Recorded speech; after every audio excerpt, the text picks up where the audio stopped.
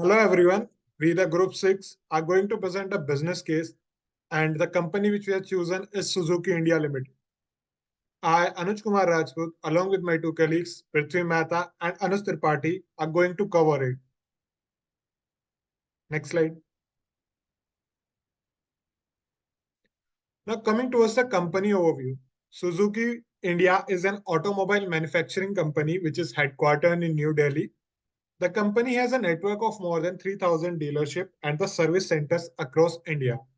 The company generated 13 billion euro revenue in the fiscal year 2021. Now, currently, company is moving towards focusing on EV because of achieving the net zero carbon emissions by 2070. Now, coming towards the market share, Suzuki Group captures 67% of the market in sedan and hatchback cars and 43% in SUV segment. For motorbikes, Suzuki is currently capturing 4.5% and it's trying to increase it. Now, coming towards the four segments which we have analyzed, first one is the bikes. The bikes are known for their exceptional performance, innovative technology, and the designs. The net revenue which was generated by the bikes was 830 million euros, and the average selling price of a bike was around 1100 euros. Now moving to hatchback cars, the hatchback cars are known for their compact and sporty design. The revenue which was generated by them in 2021 was 5.2 billion and the average selling price was 5700 euros. Sedan are known for their reliability, fuel efficiency and sleek design. The revenue which sedan cars generated for Suzuki Group was 130 million euros and the average selling price for a sedan car was 8,250 euros. Now, moving ahead with the SUVs, SUVs are known for their spacious interiors and superior handling capabilities. The revenue which was generated by them was 4.7 billion euros, and the average selling price was 11,800 euros. Can you move to the next slide? Now, coming towards the carbon accounting. As we all know, the carbon accounting is done for three scopes: scope 1, scope 2, scope 3 emissions. Scope 1 emissions are directly controlled by the company, and whereas the scope 3 emissions are the consequence of the activities of the company but occur from the sources not owned or controlled by the company. The scope 1 for Suzuki Group includes 74.07% emissions from their facilities and also from the vehicles, that is 25.93. This highlights the need for the company on reducing the emissions of its fleet vehicles as well by majorly switching towards the electronic hybrid vehicles and optimizing the routes for reducing the fuel consumption. The scope 2 emissions account for electricity, heating, and cooling purposes that occur in a industry. The contribution for the electricity is 53.82% and heating for 27.1%, and while the cooling it's 19.08%. Now, what we can do to improve the scope 2 is the transition to the renewable source of energy such as solar power, wind power, and hydropower. Now coming towards the scope 3. Scope 3 is characterized into two parts, that is upstream and the downstream. The major contributor in both of these parts is the transportation, because for any supply chain to develop, the raw material is needed to be brought to the industry, and after that from output of the industry to the dealers and other service centers. In upstream, it includes the waste generated by the operations, employee commuting, and capital goods, along with the business travels. And in the downstream, it includes the delivery and accounting around 33% of the emissions. It also includes the end of life waste which we utilize, which we use or get generated during the recycling or when the part is being scrapped. Now the companies characterizing the company's major emission sources are: the first is the steel that they use, and the supply chain, which is like delivering outputs to the consumers. And other than that was the major use of fuel in the internal combustion engine.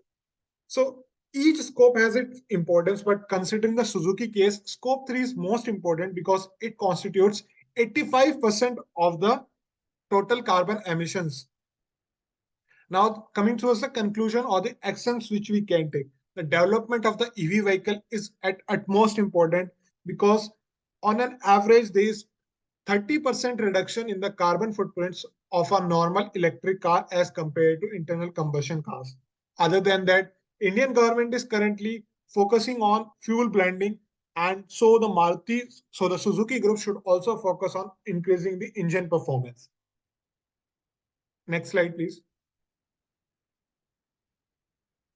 Now, coming to us antagonism, we have characterized it into three parts. First one is the production volume.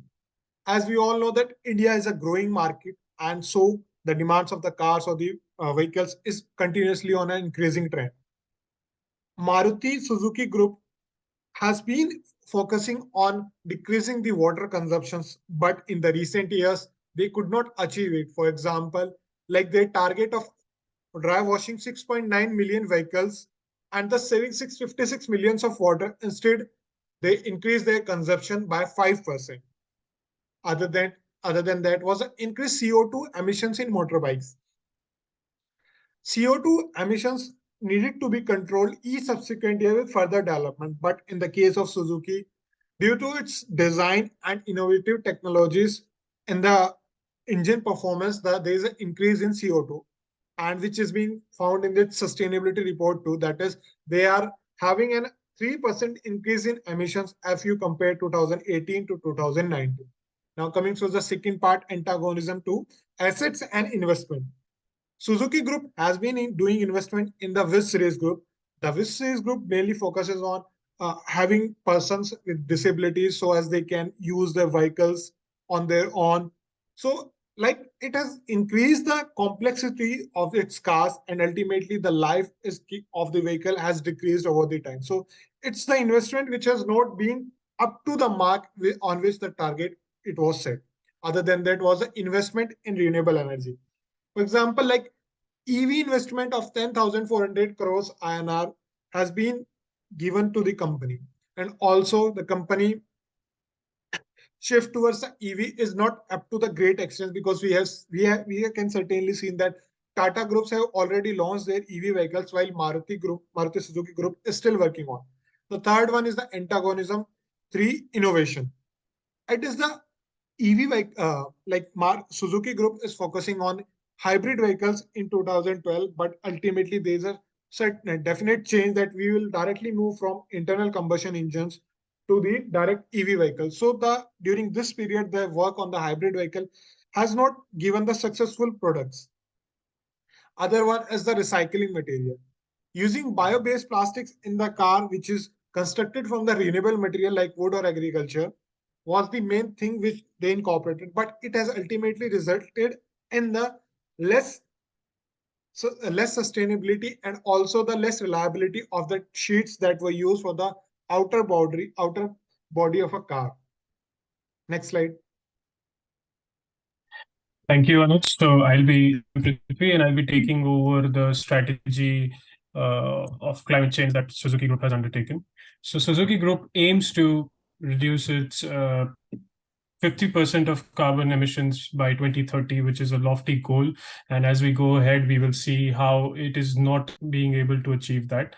The start situation for Suzuki Group is its main KPI, as Anuj said earlier, is that to reduce emissions, it needs to reduce the scope 3 emissions, because that is a major chunk of its carbon footprint.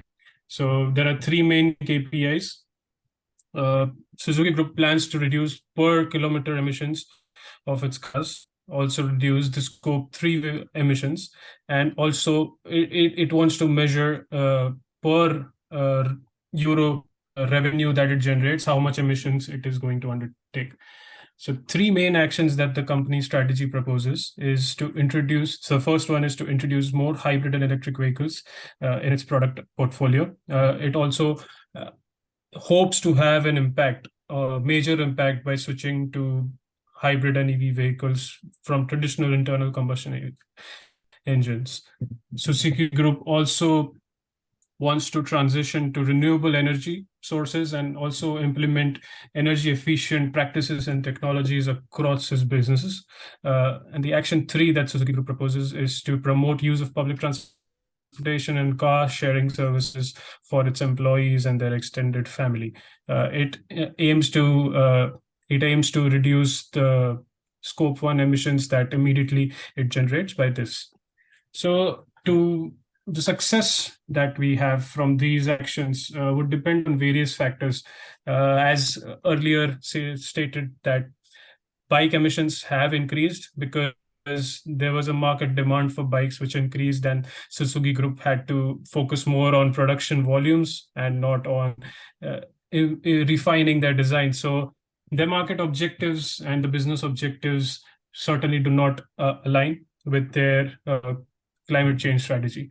And moving on to the decarbonized society and how Suzuki Group fits into this. As Suzuki Group belongs to automotive sector, and mainly its product portfolio is internal combustion engine, it is natural that they have a lot of emissions related to them, and mostly in the scope 3 phase. So to consider its place in the society, we'll look at how society and people are changing. Society as a whole.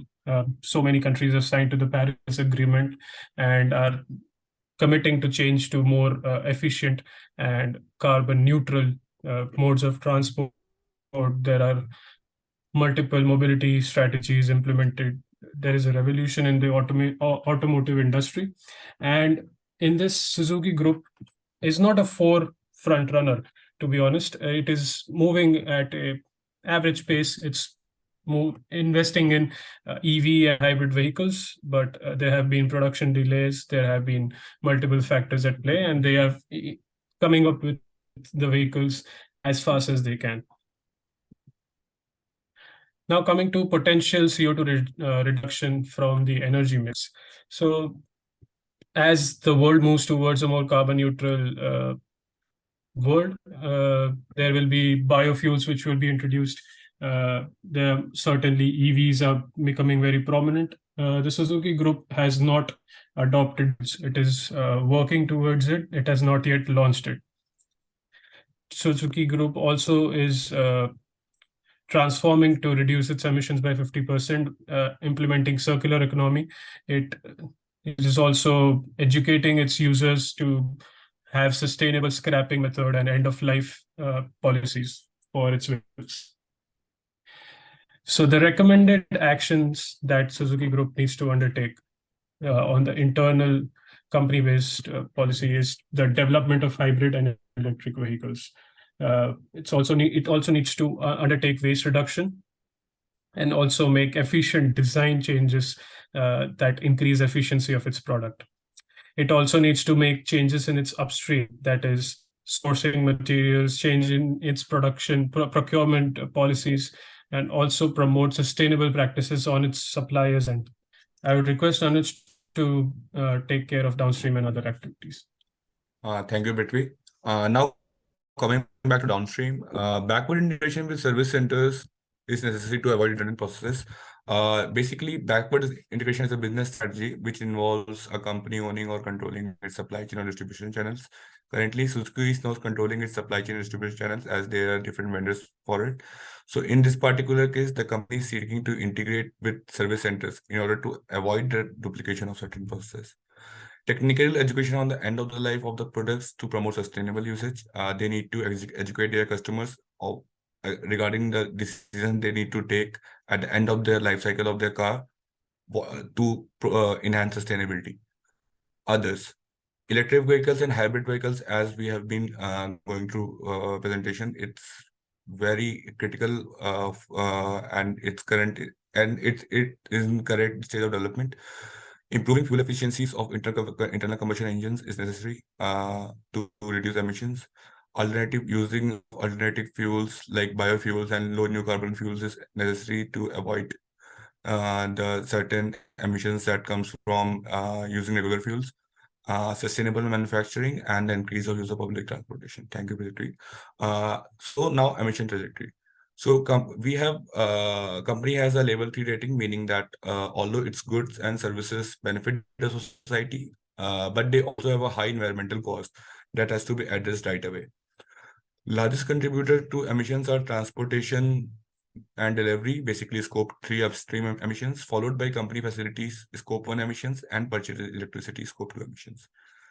So what do company needs to do? The company needs strategy that addresses all sources of emissions, including energy efficiency measures, renewable energy procurement, transportation efficiency, and sustainable supply chain practices.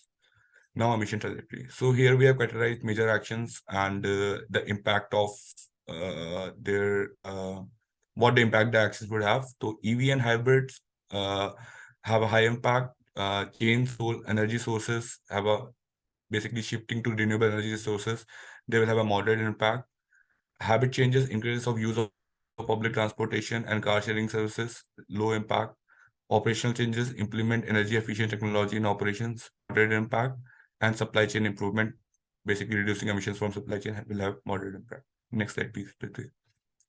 So we have given some additional remarks and analysis regarding what can be done more to reduce emissions and increase the reduce emissions and other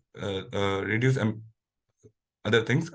So first point, the data in the case study highlights the need for company to take a holistic approach to emissions reductions, addressing all the sources of emissions across all scopes. So what the first thing they need to do is to reduce all the emissions across all scope, basically meaning that all every characterized scope, emissions in a scope, they have to take care of it. The company may need to explore alternative business models that prioritize sustainability and circularity, such as offering product as a service or implementing closed-loop production systems. Third, the company could consider getting size-based targets to align its emission reduction goal with the level of ambition required to limit global warming to 1.5 degrees centigrade. And final point is, by investing in emissions reduction effort, the company can not only reduce environmental impact, but also enhance its reputation, improve its bottom line, and contribute to a more sustainable future. And also, at the last, I would like to add all the data and assumptions are written in Excel attached with the presentation. Thank you and have a nice day. Thank you.